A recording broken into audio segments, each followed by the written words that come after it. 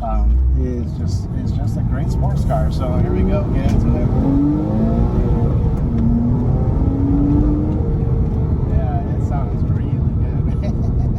That flat six engine, just yeah, classic Porsche sounds really good.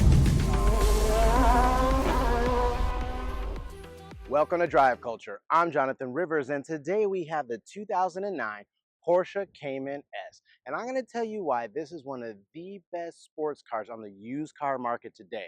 So we'll go over the exterior, the interior, the powertrain, and of course, take it for a drive.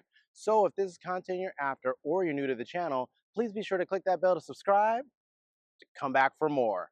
And with that, let's get after it. Now, guys, here we have a super clean example of this 2009 Porsche Cayman S. So thank you very much to the owner for letting me bring this here on Drive Culture. And I want to just talk a little bit about the Boxster and the Cayman here for a second, kind of go back in time, shall we say. So it actually started back in 1996. I was still in high school when the Porsche Boxster first launch, right? That 986 generation Boxster launch, right? So that was a huge success for Porsche. That mid-engine layout really brought them into an entirely different segment from things like the 911 at the time.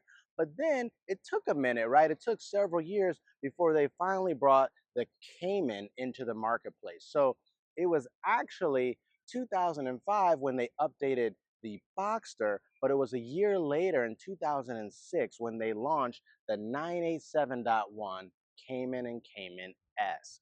Now, like I said, this one here is the 987.2. So if you, all you Porsche files, of course, know this, but for those that aren't familiar, when Porsche does like, these mid-cycle refreshes and stuff like that, the model name comes out and then it's .1, and then when they make a big change, they go .2. So there you go for all the people that don't know Porsche.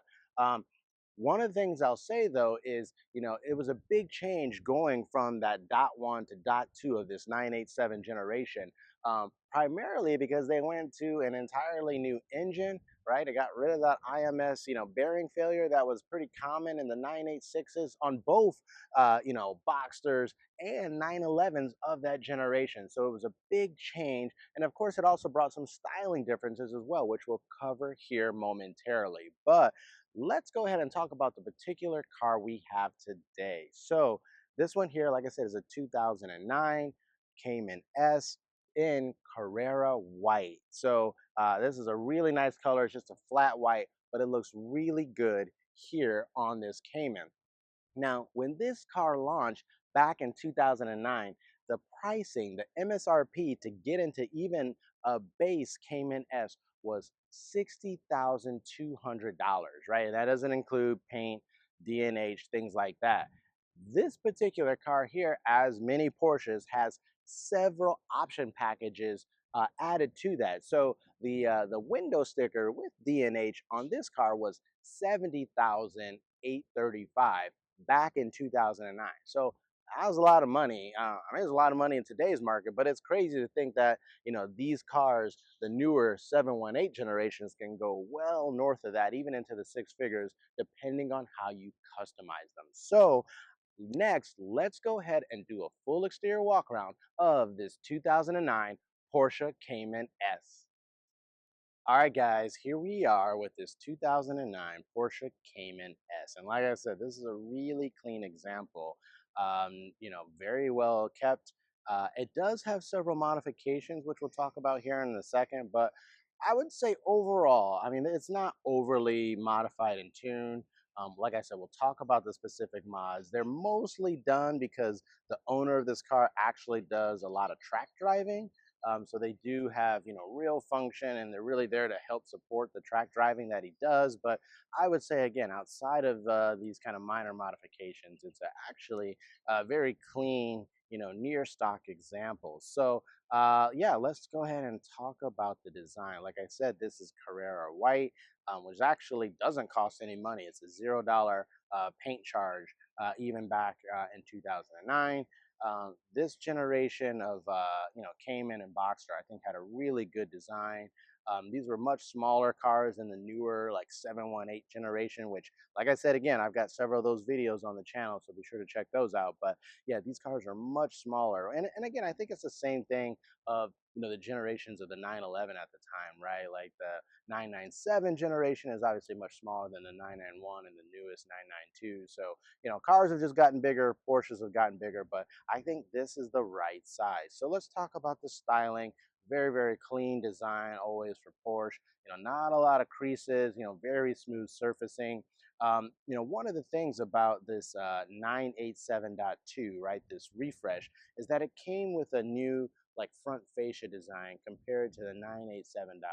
So it's pretty hard to tell them apart, but obviously if you're a Porsche file or fan, you'll instantly go, oh yeah, that's a, dot two, you'll know right away. But other than that, there weren't that many changes during the big refresh. So let's go ahead and talk about the headlights here though for a second. So these were actually optioned up to be this kind of bi-xenon headlight.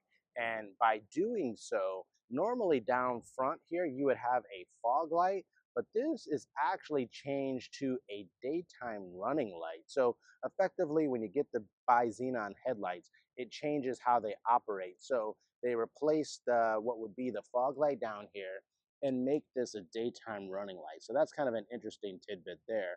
And then also in that kind of intake area where the DRL is, essentially that's where the radiators are housed, and you would have two radiators normally, one on each side. But like I said, this car has some modifications. So actually down below here in the center, it has a third radiator added to the car. That was a thing that you can do to kind of, enhance performance. Again, especially if you're like tracking it like this owner does. So there's actually one, two, three radiators up front on this particular car. Again, let's go ahead and get a quick shot of that iconic Porsche badge. Looks really good, super clean. Again, you can see just little details that I like the headlight washers and things like that. So really nice. Let's go ahead and take in a full side profile view of the car. And this is where you're going to start to see some of the modifications that the owners have done. Actually, the current owner is now the third owner of this car. So it's obviously gone through a few different hands, a few different modifications here and there, but there's that profile. So again, very different than even like the newer 718s. Has a really tapered rear there that just kind of just falls off, but still a very sleek design. Now, let's go ahead and talk about some of the changes here. So first of all, that side marker is clear. So that was a aftermarket modification that one of the owners did. And then we also have a pretty aggressive wheel and tire package here. So let's take a look at what we're working with here. So these are not the same size, nor are they the same, profile that would come with a, standard 987.2 Cayman S. These are really meant, again, for that track driving. And so the wheels and tires are really pushed out. They got spacers on there. If we just start with the wheels, so these are actually Titan 7 TS5 and machine black, and they're forged wheels. Look really good to this day. Love the design. And then they're wrapped in some pretty high performance Bridgestone Potenza tires here. These are actually 255 35 R18. So it's again a different profile from what you would have on a standard car.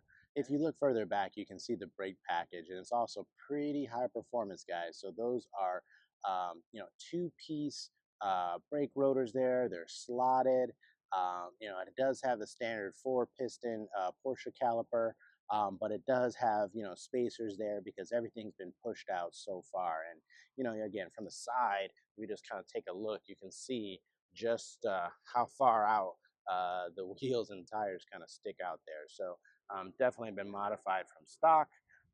You have the nice aero design for the side mirror, the black window treatment. Now, one thing that's also modified is this kind of intake. Typically, this would have been painted body color, but one of the owners actually went and had this piece painted black. So that's also a modification done to the car. Here we'll go ahead and take a look at the rear. So again, very high performance brakes and tires in the rear as well. but it's a different profile in the rear. So it's a staggered setup. So now you're working with two 75 35 R18s in the rear. So much wider tire in the rear versus the front, but still a really high performance, braking package. That same two-piece rotor design slotted, four piston calipers in the rear. I mean, pretty massive brakes for this car. Suspension overall is stock, but one of the things, and we can talk about how it feels during the drive, but this car has GT3 two-piece front control arms, which are there to help with the camber adjustment. So that's obviously a modification. And there's a few more that we'll talk about once we get to the drive. So let's make our way here to the rear of the car.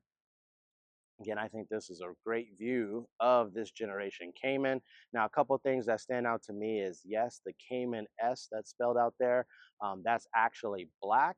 Again, I think obviously you can customize it, but one of the owners made that logo black. And then, as we talked about the design changes between a 987.1 and 2, one of the biggest differences was the tail lights here. So the 987.2 generation actually went to a LED style design. The previous 987.1 just had a standard tail light. So, especially at night when these are lit up, you can kind of instantly tell the difference between a dot one and dot two. Also believe the lower fascia down here was updated during the dot two refresh. And of course you see that center exhaust, which is stock on this car, no modifications, but definitely still sounds good, and can't wait to hear it as we take off during the drive. And then lastly, one of the things we'll talk about is the spoiler, which can, retract up and down. That's nice, for aerodynamics. So with that, I think we've covered just about everything on the exterior of this Cayman S. So next, let's go ahead and hop inside to talk about the interior. All right, guys, here we are inside this 2009 Porsche Cayman S.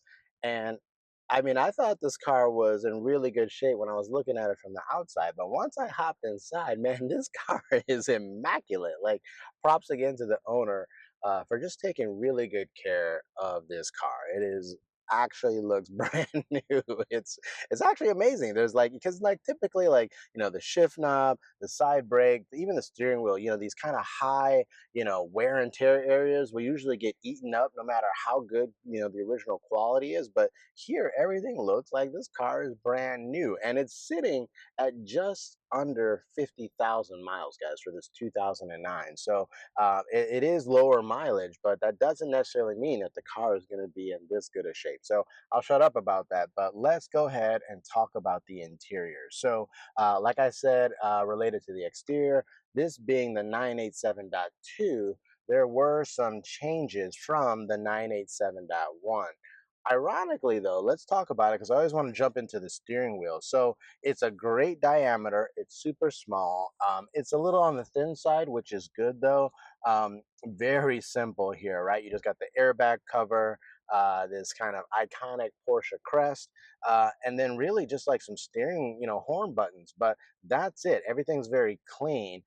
You do get like cruise control function here with the stalk off to the side, and of course your turn signals, windshield wipers, things like that. But one of the other things about the steering wheel that I want to talk about, though, is this is technically the steering wheel that was used during the 987.1 generation of the Cayman. And then what happened was, even though they went to dot two, that first model year, they kept the same steering wheel. And then in 2010, for this generation, they came out with a completely new steering wheel design. So it's just kind of interesting, right? But this being the first model year, it still has the previous generation steering wheel. So I don't know the product planning there, but that's how it worked out for the Cayman. So, one of the other things that was kind of a big difference between the 987.1 and dot two was the center stack area here, particularly the radio, the climate. Not only did it look different, like all of the dot one cars had this kind of light gray finish, an older PCM unit, an older climate unit. But when they went to this dot two, they went to this really kind of premium black material that's used around here, and got a newer navigation system, newer climate function as well. So that's also a big change point. But overall, this car is still has a very kind of classic modern design. It's very analog in here, right? You look at it and it feels that way. Of course, you got the screen here, and it's obviously smaller compared to today's cars with these huge screens, but it still has a very classic, iconic look and feel. As I look across, the materials were actually really good for the day. Everything is generally like very soft touch material. Leather seating surfaces, leather surfaces here on the doors.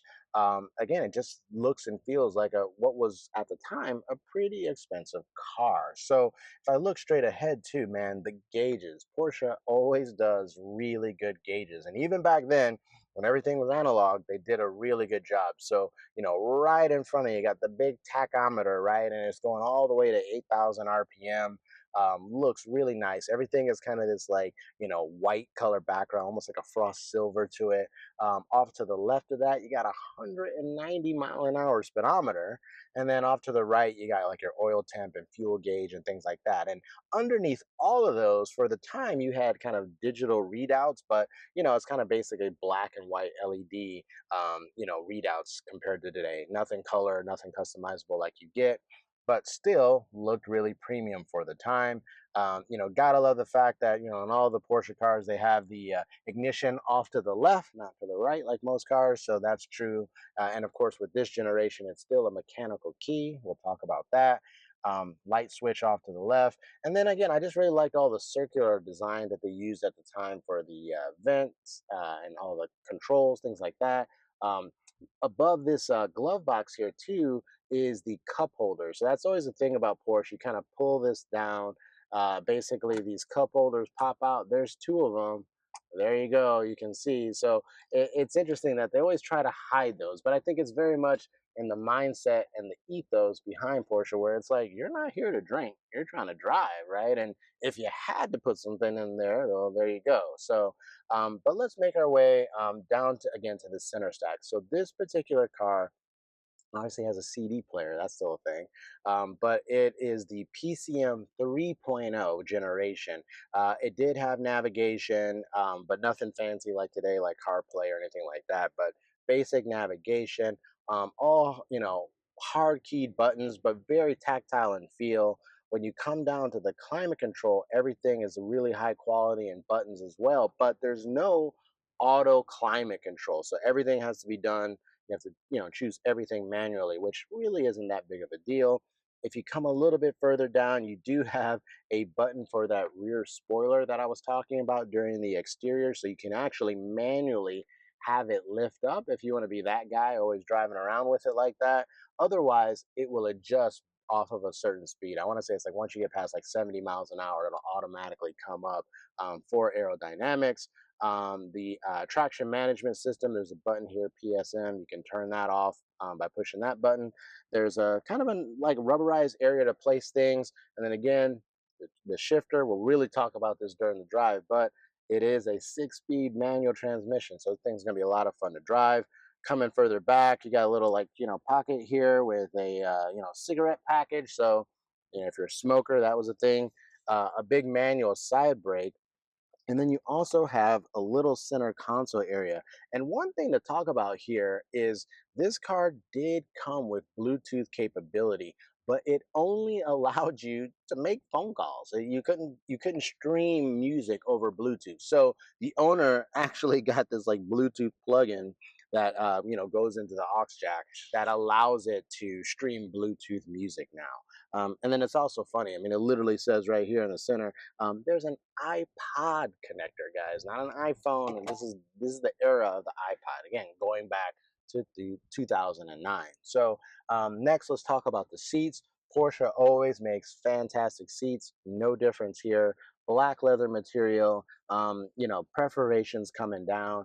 They are heated seats. Two-stage heated seats. So that's really nice. They're of course power for both the driver and the passenger. They also have these little levers here that allow them to like lean forward. So there's a little bit of storage behind the seats. We can show you what that looks like. And then, I mean, pretty much you can just peer right into the back of the car, but we'll cover that during the cargo section. And then lastly, let's talk about some of the door lining materials. Again, really nice design for the door handles, your window switches, your mirror controls. It did have memory seating for the driver, and one of the things that you'll also notice is, again, there's nice leather contrast stitching, and then there's even these like little like door pockets. You kind of lift them up, and there's on both the driver and passenger. And you wouldn't think that's a big deal, but considering how there's really no other place to store things, it's pretty nice that it's hidden and it's deep and allows you to put your phone, your keys, whatever else inside. And then lastly, let's talk about the audio. So standard, it came with a 9 speaker system, but just about every car comes option with this Bose premium audio system. I mean, again, if you go on the used car market and look for one of these cars, or even a 911 of the day, I mean, I felt like almost 100% application came with the Bose upgraded audio. So clearly, they definitely like their premium audio system. So with that, I think I've covered just about everything on the interior. So next, let me hop out and talk about the cargo. All right, next, let's go ahead and talk about the cargo space of this 987.2 Cayman S. So, like all of the models, there's actually two places, guys. So you actually have a rear trunk and you have a frunk, given the fact that this is a mid-engine vehicle, right? So first, let's talk about the rear. So, again, manual key, looks really nice, got the Porsche crest on it. But if you go ahead and press and hold the bottom button, it actually will pop open. So that's really nice. And then from there, it just lifts up. So struts take it up, and there you go. Very easy. And when you look back here, there's actually a good amount of space considering this is the engine, guys, right? Like now it's very nicely covered. So depending on what you feel, you don't get to see the beautiful engine. It's not on display, but it is carpeted. There is a net there. This nice aluminum finish that separates the kind of engine compartment from the rear trunk space here. You also get kind of a very nice, like, kind of cargo cover as well. So really premium design and materials. And even down below here in the carpet, it's a very nice material. Again, it's a Porsche. What would you expect?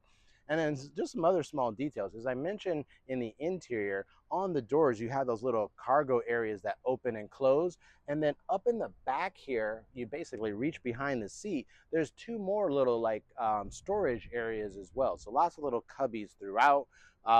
Here, though, it's nice that if you push this button, this actually opens up to expose like your oil. And so it's like really easy access, given that the engine is right here. But one of the things we'll talk about also is there's this like little bar that comes up behind the seats there. And I had to actually ask the owner what that's for.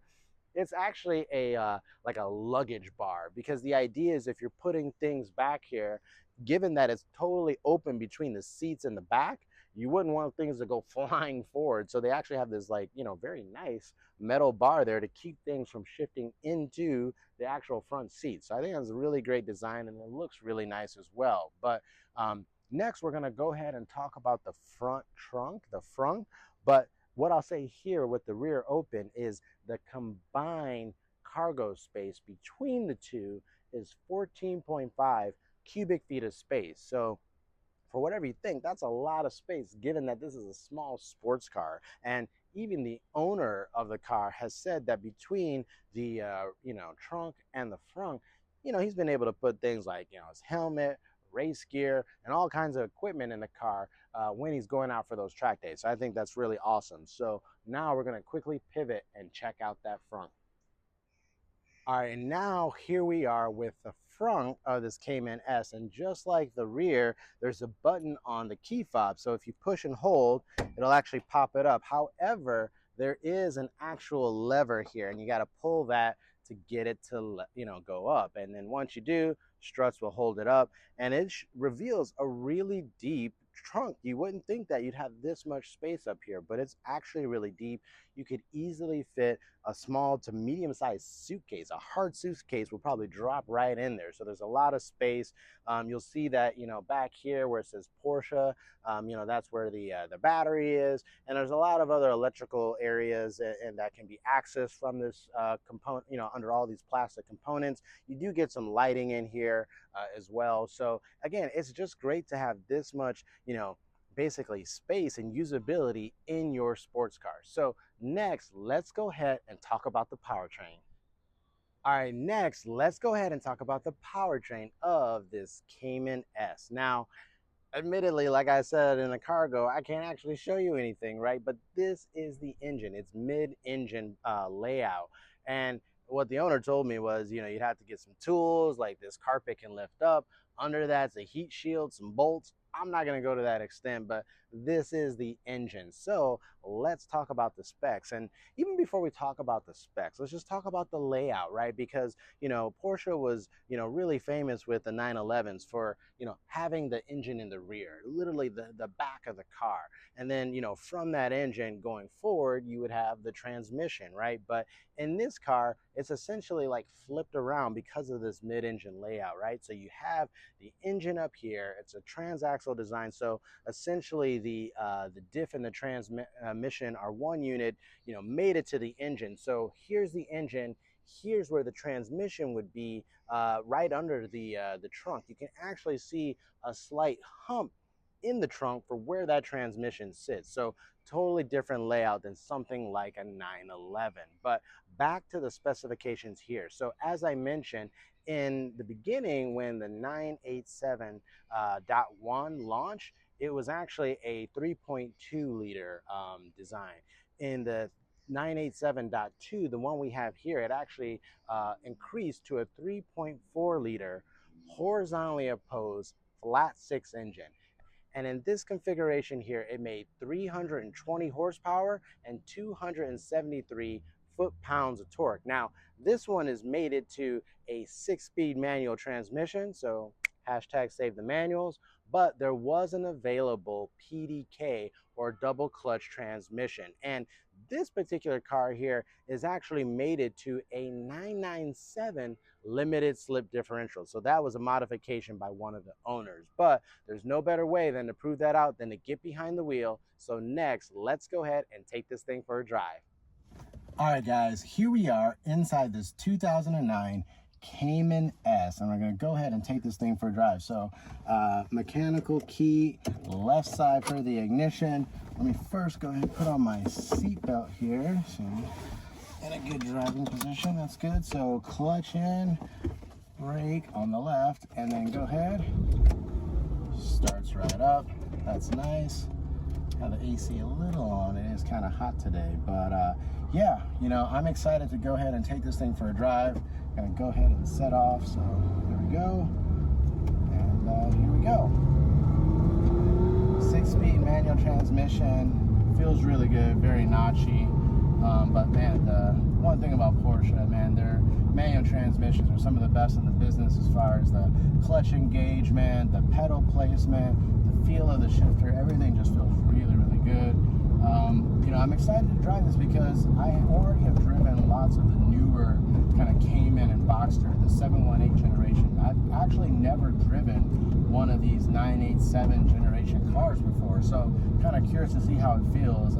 It already is quite different than something like the 718 because it's a lot smaller, and just you get that in the feel of the car, the visibility, everything about it really. So one of the other things that you're going to notice through the drive is the owner, like I've said earlier, loves to track this car. So it actually has his track brake pads on here, so there's going to be a lot of squealing from the brakes. Nothing wrong, that's just because he has these very aggressive track rated brake pads on the car, so keep that in mind. But we're going to do just the typical loop that I do, which kind of covers a lot of things, to check out the chassis, the suspension. Of course, we'll dip into the performance, see how it does, see how it sounds. But and there you go, there's the brakes. That's what happens when you have high performance brake pads, right? And even sometimes you get that from an OEM level package if it has a really aggressive you know, brake package or brake pad, you'll sometimes get that squealing. You know, Brembos on some of the other cars are notorious for doing that. So these are a little bit louder even than that, just given that they're aftermarket. But you know, again, it doesn't bother the owner, who often takes this car to the track. So like I said about the interior walk around, it's super nice in here. Everything feels and looks brand new. It just has a really premium look and feel, and it's very compact, but not claustrophobic, if that makes sense. I mean, you have a very kind of like low roof line. You know, you've got this, you know, roof right over you, but you still have excellent visibility out the front, out the sides, even out the rear. I actually have really good visibility out the rear. So overall, it seems like it'll be a really good, like, kind of daily driving sports car. Like I said, this particular car is sitting at 49,513 miles, so it's still, you know, very lightly driven, given that it's a 2009. But man, like I said, it's in really good condition. So here we are, gonna set out. That was just a 5,000 RPM, and you forget, man, this car is quick. It's quick. I mean, 320 horsepower, 273 foot-pounds of torque.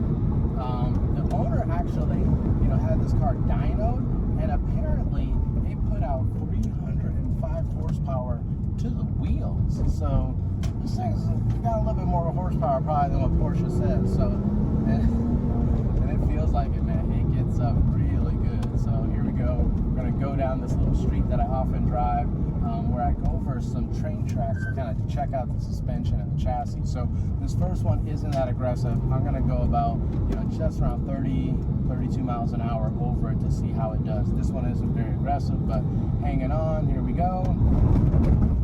So yeah, a lot of rumbling and some noise, but overall the chassis was really good, and it wasn't a lot of shock to the system. There wasn't a lot of shock to the suspension, and again, I think given the aftermarket wheels and tires on it, it handled it really good. The next one is a lot more aggressive. I'm going to try to do around the same speed, 32 miles an hour, just to see how it handles over this one. This one is pretty bad, so yeah, I mean, I got a little vibration into the steering wheel, a little bit into the chassis, but it was mostly just the sound of the tires and stuff. But apparently, you know, in certain aggressive situations, it might rub. He said he's gotten it, you know, on the track where it may even rub, and he's even kind of eaten into the front fender wells a little bit. So again, it's a very aggressive, you know, size for the wheels and tires that, you know, are sticking out. He's got spacers, so of course it's going to be a little bit more aggressive and harsh than, you know, obviously a standard Cayman S. But overall, it's still, again, all things considered, pretty good. And man, I just love heel and toeing this thing. It's so easy to do, so much fun to do. It's just a great sports car. So here we go, get into it. Yeah, it sounds really good. That flat six engine, just, yeah, classic Porsche, sounds really good. And I'd love to know your guys' thoughts and comments down below as we're talking about the Cayman and whatnot. I mean, let's talk about it versus the 911. I mean, are you guys fans of the Boxster Cayman? Are you guys, you know, still all into 911s? Obviously, they're different cars, but man, there's something to be said about this.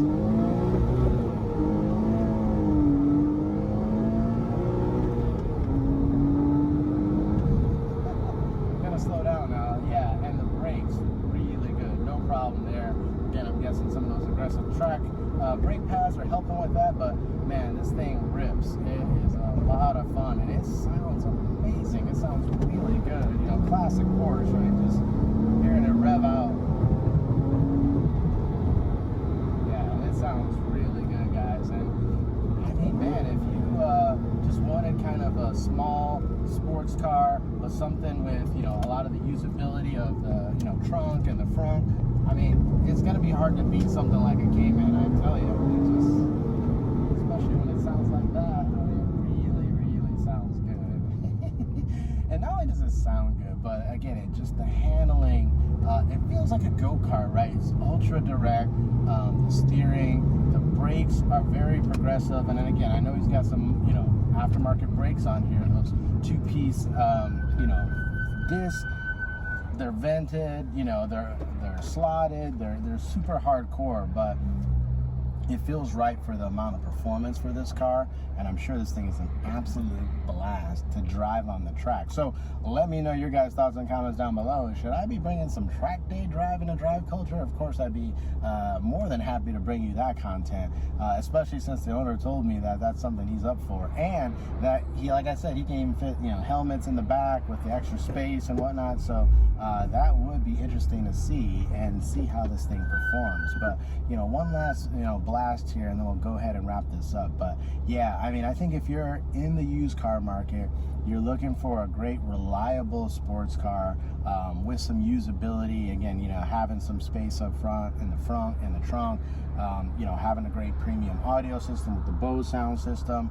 I mean, obviously the center screen is going to be dated, but there's a lot of aftermarket kits where you can do a full, almost OEM level replacement of the center console area here, and you can get like a newer double din radio that supports things like CarPlay and Android Auto if that's important to you. So I mean, those options are there, and I think again, if you can find one of these, especially in condition like this, with a mileage like this, it would definitely be worth considering. So let me wait for this light to change, and then we'll go ahead and wrap things up. All right, so here we go. Just one last blast in this Cayman S. It